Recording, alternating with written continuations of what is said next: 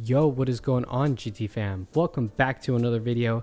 It's your boy, it's your homie, it's your host, GT Omega here. Now, as most of you know, it's been a while since we've done an audio review, so today we are going to be reviewing the Final Audio E500 IEMs.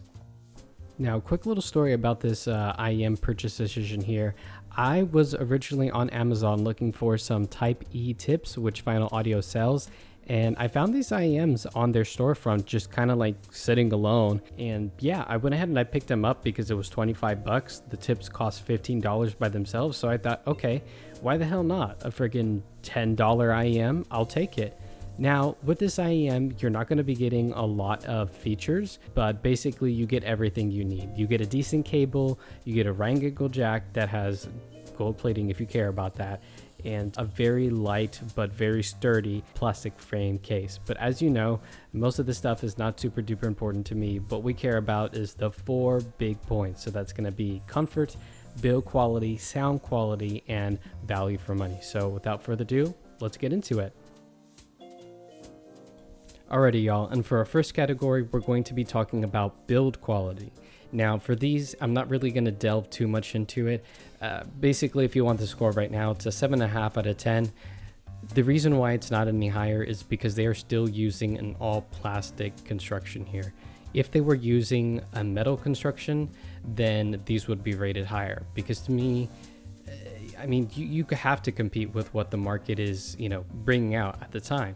And for these, I believe they are now competing with the Soundnote Zero, which is a metal construction build, the Moondrop spaceships formerly, and that was a metal construction build and under 20 bucks, and that are also $20. So, I mean, the fact that they're not really bringing anything else into the mix, like a pause and play microphone or anything like that, you're not really giving the user any extra features compared to the competition, and I think that's what hurts this one the most. But again, the microphonics on the cables are very nice. The plastic is very well finished. It's just missing that little extra oomph to sort of distinguish it from the crowd. But aside from that, there's not really much else to talk about here. So we're going to go ahead and jump into the comfort section. Alrighty everyone, and jumping into the comfort section, straight away I'm going to go ahead and give you the scores here because there's not too much to talk about other than just some changes in score with tip rolling. But basically, if you're going to use these on the stock tips, so at the $25 price point, it's going to be at about an 8.25 out of 10 for comfort. I find that the stock tips on these, when you try and stick them into your ears to get a really good seal, it is a little bit, unfortunately, sort of painful towards the end of it. These bullet shaped design IEMs are designed to go pretty far in your ear cavity, so that's the crux of the problem there. But if you switch these to like some SpinFit CP100 to have a far softer feel to them that still manage to be pretty firm and give you a really nice seal in your ears, the comfort instantly goes up to about a 9 out of 10. Honestly, I could probably rate these a little bit better, but I'll go ahead and take off a point just because you can't actually wear them you're one of those people that like sleeps in VR or something like that. Like you have trouble sleeping. You will not be able to wear these earphones for when you're asleep. Like you can try, and in some cases you will be able to do it, but you could wake up with some discomfort. So be advised. But aside from that, there's not much else that I can talk about. So we'll go ahead and jump into sound quality. Alrighty everyone, and last but not least, we are going to jump into the 2 big categories. That's going to be sound quality and value for money. Now I'm going to jump straight into the mix here with sound quality. On stock tips, that's the Final Audio Type E tips, I rate this IEM a 7.75 out of 10 or 7.75 out of 10. If you tip roll correctly and you get the enhanced sound stage with the good seal and the treble extension, then this will be bumped up half a point. So that's approximately, that's like 8.25 out of 10 or 8.25 out of 10. The reason why I rate it that highly is because I feel like this is sort of the yin and yang. So this is basically what the Etymotic was to the SSR, but toned down a little bit. I would feel like, if anything, this is kind of like a version smack dab in the middle of the two.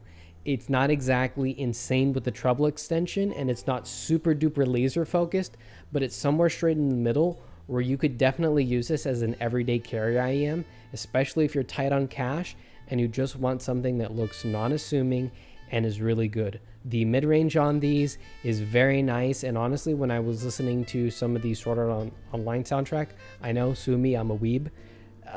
If you listen to specifically the first town, which I think is off volume 4, the female vocals on there just have this lush richness, this milk honey like texture, and that is what you look for in an IEM, especially within the sub $30 category.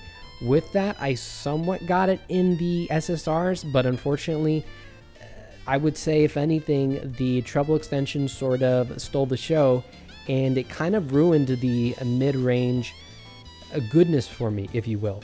The female vocalist sounded a little bit frail, a little bit delicate, and they didn't have the body and the depth that they did with the E500. So if you're looking for that, I would definitely pick the E500s as a very solid and competent all-rounder. Again, especially given the price point. Now, am I going to compare these to something like a SoundNote Zero? We'll find out. I'll get those sooner rather than later. Stay tuned for that video. But in any case, moving on to treble. Treble is, again, non-fatiguing in these. They don't really stick out, but if the song calls for a bit of treble, you will definitely get them. These IEMs do like a bit of volume, so I would definitely recommend that you listen to these with a high enough volume to sort of maximize that treble extension, or if your DAC amp combo has it, or just your DAC and your amp, put it on high gain, please. Please do put it on high gain, because you will definitely gain some extra headroom here. Now, as far as value for money is concerned, I think with everything that I've mentioned so far, with the fact that this has, you know, the bass, the mid-range, and the non-fatiguing treble extension compared to the SSRs, this for me is an 8.25 out of 10 or an 8.25 out of 10 on value for money. These are a very, very competent IEM that will definitely suit basically any purpose that you want them to. They sound good with movies, they sound good with music, they sound good with games. So again, definitely give these bad boys out a try and tell me how you like them. If you like them, leave a like on this video. If you don't, leave a dislike on this video.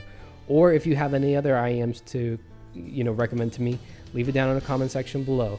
Now, I wanted to make this short so y'all could spend the holidays with your loved ones. So take care. Thank you so much for watching this video, and Omega is out.